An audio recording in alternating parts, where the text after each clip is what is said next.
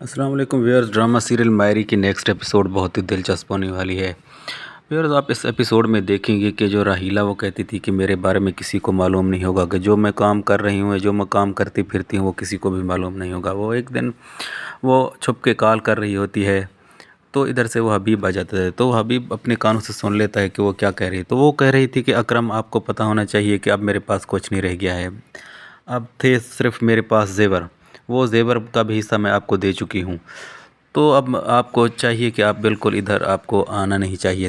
ایک جو بوڑھی عورت ہمارے گھر میں رہتی ہے وہ آپ پہ بہت زیادہ شک کرتی ہے، ویسا نہ کہ بہت دیر ہو جائے اور بہت بڑا نقصان ہو جائے، آپ کو بالکل ہمارے گھر نہیں آنا چاہیے۔ تو یہ ساری باتیں حبیب سن لیتا ہے، تو اسے کہتا ہے کہ ہاں واقعی صحیح بات ہے، یہ تو بہت ہی 2 نمبر عورت ہے۔ تو ویورز، آپ یہ بھی نیکسٹ ایپیسوڈ میں دیکھیں گے کہ جو آمنہ ہے وہ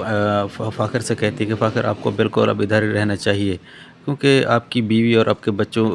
بچی کے سوا آپ کا ہے کون؟ تو فاخر کہتا ہے کہ جی آمنہ، بالکل آپ بالکل ہی ٹھیک کہتی ہیں، کیونکہ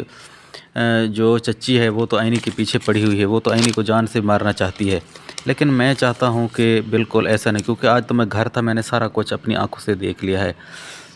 تو وہ آمنہ کہتی ہے کہ ہاں بالکل صحیح ہے، کیونکہ وہ آپ کی چچی آپ کو اسی لیے نکالنا چاہتی ہے کیونکہ گھر میں صرف مرد آپ ہی ہیں۔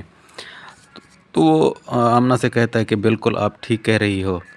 کیونکہ اگر میں اپنے گھر میں نہ رہا